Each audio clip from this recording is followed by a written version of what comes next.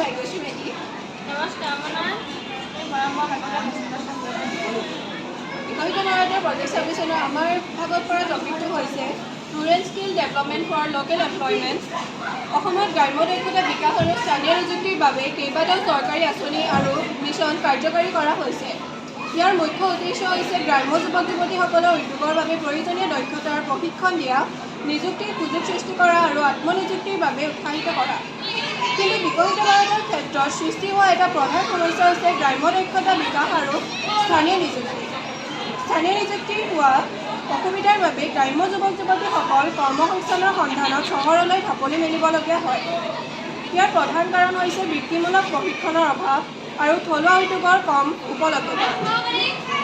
ইয়াৰ ফলত নগৰ অঞ্চলত অত্যাধিক জনবসতিৰ সৃষ্টি হোৱাৰ লগতে গ্ৰাম্য দৰিদ্ৰতাৰ সৃষ্টি হয়।